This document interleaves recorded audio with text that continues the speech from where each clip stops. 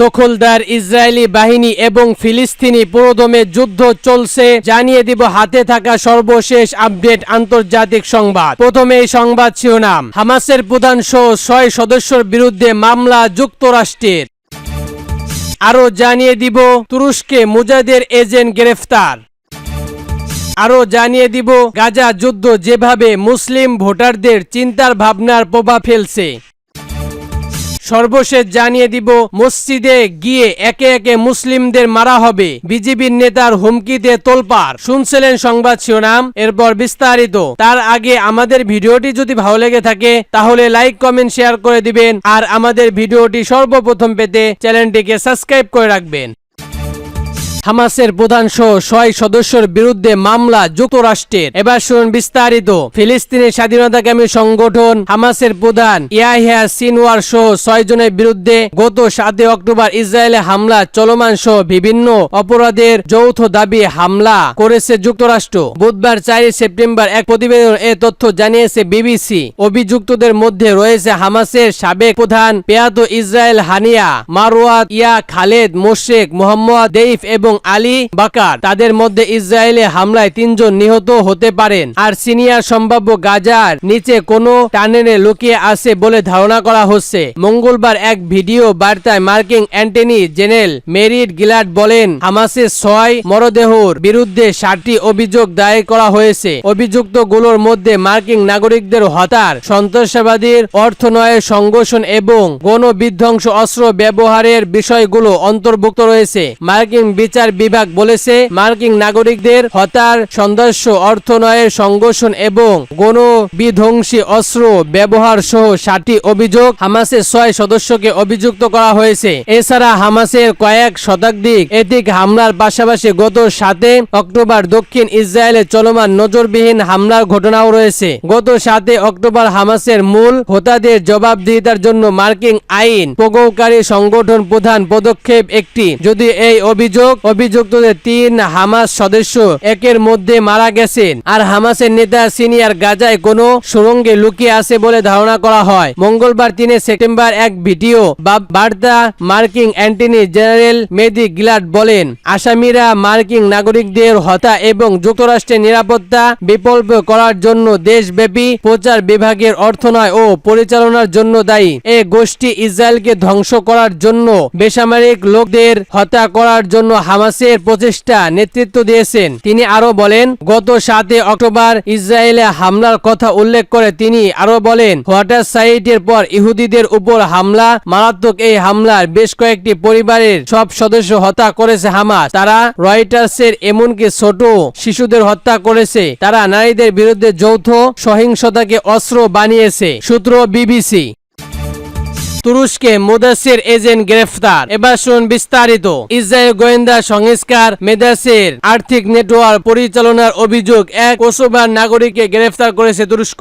মঙ্গলবার ৩ সেপ্টেম্বর তুর্কি গোয়েন্দা সংস্কার এমনটি ও এই খবর জানিয়েছে খবর রাইটার্সের। এমন আইটি জানিয়েছে গত ৩০ আগস্ট কোসোভার নাগরিক লিবিয়ার ডিবেক ইন্তিকাল থেকে গ্রেফতার করা হয়। তুরস্কের কর্মকর্তা মোয়াদ কর্মীদের কাছে তবলম্বী হস্তান্তর করার সন্দেহ তাকে গ্রেফতার করা হয়। এক বিবৃতিতে এমনটি বলেছে, ২৫ আগস্ট তুরস্কে প্রবেশের পর থেকে ডেস্কবেটি নজর দাবি রাখা হয়েছিল, তবে বিরুদ্ধে প্রভুত্ব ইউরোপীয় দেশগুলো বিশেষ করে কসোভোর থেকে তুরস্ক মেয়াদি এজেন্ট কাছে অর্থ সংস্কার সহায়তা করার অভিযোগ রয়েছে। বিবৃতিতে আরো বলা হয়, রেক্সি হেলিকপ্টার স্থাপনা বিবৃতিতে তহবিল, সিনিয়র গোয়েন্দা তথ্য সংরক্ষণ, ফিলিস্তিনিদের বিরুদ্ধে অভিযান পরিচালনা ও ড্রোন সম্প্রতির অভিযান মন্ত্রণালয়ের জন্য ব্যবহার করা হতো। রেক্সি বিরোধী তুরস্কে তহবিল স্থাপনা করার জন্য ক্রিকেটের মতো অর্থ স্থাপনায় সামরিক ব্যবহার করতেন। চলিত বছর মহাদেশ সঙ্গে সম্প্রতি থাকা সন্দেহ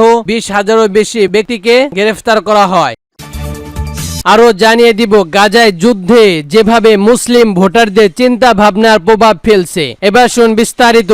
৩০ বছর বেশি সময় ধরে জেনেন শেফার মোডেক্সটির পার্টিতে তার রাজনৈতিক ভাষা হিসেবে গ্রহণ করছে। তিনি প্রতিটি নির্বাচনে প্রেসিডেন্ট সংরক্ষণ প্রাইমারিতে তার দলের প্রতিনিধি ভোট দিয়েছেন, কিন্তু এবার নির্বাচনের দিন তিনি ভিন্ন পদে হাঁটছেন। শেফারের মতো মুসলিম আমেরিকান ভোটারদের জন্য ইসরায়েল হামাস যুদ্ধে অবসান এখন সবচেয়ে অধিকৃত পাচ্ছে। আফগানিস্তান ভগ্নভোগী আমেরিকা সেবার বর্জিত জন্য প্রস্তুত শিল্প কাজ করছে। গাজা যুদ্ধ নিয়ে বাইডেন প্রশাসনের নীতি নিয়ে তিনি ক্ষুদ্র যে কোনো তিনি দলের প্রাথমিক ভোট দেন। তিনি এক সংরক্ষণে বলেন, একজন আমেরিকান ভোটার হিসেবে আমি সম্ভাব্য আমার জন্য এই মুহূর্তে সবচেয়ে কঠিন সিদ্ধান্ত। শেফার একা নন। 10 মাস ধরে চলমান গাজা যুদ্ধে ঐতিহাসিকভাবে ডোমোএক্সটির ভোট সংরক্ষণ যেমন ঐক্যবেদী করেছে তেমনি তৃতীয় দলের প্রার্থীকে ভোট দেবেন। তিনি এক সংরক্ষণে বলেন, একজন আমেরিকান ভোটার হিসেবে এই সম্ভাব্য আমার জন্য এই মুহূর্তে সবচেয়ে কঠিন সিদ্ধান্ত। Councillor of American Israeli relation বা আইসিটি 25-29 আগস্ট এর জন্য অতবত জরুরি চলমান। তবে ভাইস প্রেসিডেন্ট কমলা হ্যারিস এবং গিলি পার্টির ঘোষিত ইসরায়েল বিরোধী প্রার্থী জিন হিসেবে দুইজনের পার্থক্য প্রায় 29% পার্থক্য পায়। রিপাবলিক দলের প্রেসিডেন্ট ডোনাল্ড ট্রাম্প 11% এবং তারপর আরো দুই প্রার্থী 10% নিচে সমর্থন পায়। 16% বেশি এখনো সিদ্ধান্ত নেয়নি। জরিপে ফলাফল প্রেসিডেন্ট প্রচারের আগে দিকে সাধারণ প্রতিরক্ষা ঘটে এবং তার প্রাণ করেছে গাজা যুদ্ধ ডোমোএক্সটির প্রতি মুসলিম সমর্থন ক্ষয় করেছে। বাইডেন 2020 সালের নির্বাচনের 65% মুসলিম ভোট পান। এই বছর এই সমর্থন ধরে পড়ে এবং ডেমোক্রেটিক দলের প্রার্থী দলের 7 লাখ ভোটের বাইডেনকে সমর্থন করতে অস্বীকার জানান। তাদের অনেকে মুসলিম যারা গুরুত্বপূর্ণ রাজ্যে বসবাস করেন, যেসব রাজ্যের সাফল্য প্রেসিডেন্ট নির্বাচন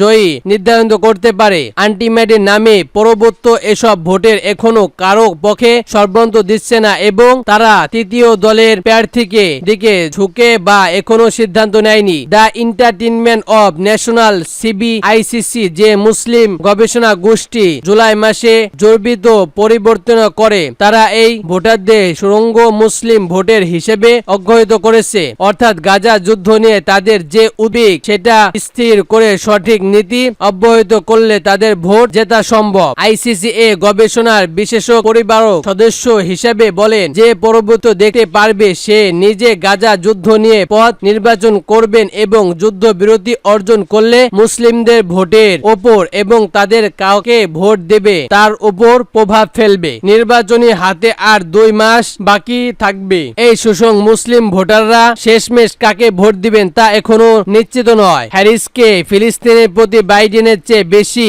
অবমুক্তশীল হিসাবে দেখা যায়। মুসলিম ভোটারদের মধ্যে তার সমর্থন প্রেসিডেন্ট বাইডেনের চেয়ে এগিয়ে আছে, কিন্তু একটু আরো বেশি চায় আরো যুদ্ধ বিরতি এবং ইসরায়েলের উপর অস্ত্র নিষেধাজ্ঞার দাবি করেছে। উনসরক রাজ্যের একজন অপারেটিভ ভোটের প্রশাসন বলেন, আমি জানি না সহায়না বুনির ভোট দিয়ে আসতে পারে কিনা। আমরা মনে করি নীতিমালা ভোট জয় করবে। হ্যারিস অস্ত্র নিষেধাজ্ঞার বিরোধিতা করবেন, কিন্তু তিনি গাজায় যুদ্ধবিরতি এবং বন্দীদের মুক্ত সমর্থন করেন। হ্যারিস ওয়াজ প্রচারের টিমের একজন মুখপাত্র ভিডিও ক্লিপে একটি প্রশ্নের জবাবে বলেন, গাজা স্থানীয় যুদ্ধবিরতি এবং বন্দীদের মুক্তর জন্য যে খরচ চুক্তি তৈরি আছে, ভাইস প্রেসিডেন্ট কমলা হ্যারিস সেটি সমর্থন করেন। সম্প্রতি মাসগুলোতে ব্যবহৃত আলোচনার ডিম সংরক্ষণে বিবৃত করেছেন। প্রচারের দলে ম্যাজিস্ট্রেট, জুরি প্রশাসন, স্বীকৃতির মিশর, আরব এবং ইহুদি নেতাদের সাথে বৈঠক করেন। মুখপাত্র বলেন,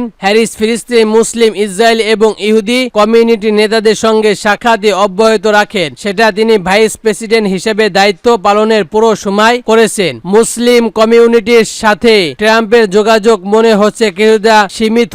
বছরের শুরুর দিকে বিগত ট্রাম্প প্রশাসন একজন সাবেক কর্মকর্তা এবং ট্রাম্পের এক মেয়ে স্থানীয় নাগরিক আরব নেতাদের সাথে সাক্ষাৎ করেন। মন্তব্যের জন্য ট্রাম্প ভাষণ প্রচার টিমের মুখপাত্রের সাথে যোগাযোগ করা হলে তারা কোনো জবাব দেয়নি। গাজায় যুদ্ধের কারণে তিনি রাজনৈতিক বিশেষ আরো গভীরভাবে অগ্রগত করেছে। সে কারণে তিনি তার দুটি টিম এক সন্তান নিয়ে ফিলিস্তিনি সর্বত্র যোগ দিয়েছেন। তিনি এক সাক্ষাৎকারে বলেন, আগে কখনো এমন প্রতিবাদ বিক্ষোভে জড়িত ছিলেন না, মনে পড়ে না। তিনি বলেন, তিনি এমন একজন প্রার্থী খুঁজছেন তিনি তার ভাষণীয় গণহত্যা বন্ধ করার জন্য ইসরায়েলের উপর চাপ প্রয়োগ করতে ইচ্ছুক হবেন। ইসরায়েলি গণহত্যার অভিশোধ শীঘ্রই করবেন। খান বলেন, সেরকম কেউ না থাকলে তিনি নভেম্বরে হ্যারিসকে ভোট দেবেন। তিনি ইসরায়েলের প্রতি সমর্থন ক্ষেত্রে হ্যারিসকে বাইডেনের চেয়ে কম উদ্বেগ এবং সর্বত্রের জন্য ট্রাম্পের চেয়ে বেশি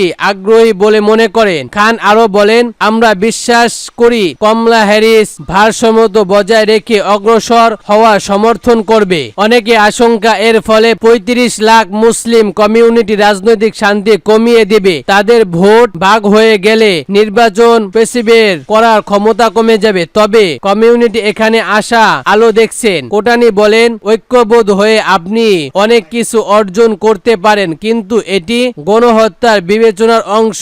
আমরা যখন বিবেচনার জন্য দিয়েছি তখন আমরা বুঝতে পারছি কি ঘটবে। আমরা বিভিন্ন পথে যেন পারি, কিন্তু আমি সেটাকে খারাপ কিছু মনে করি না। সূত্র, ভয়েস অব আমেরিকা।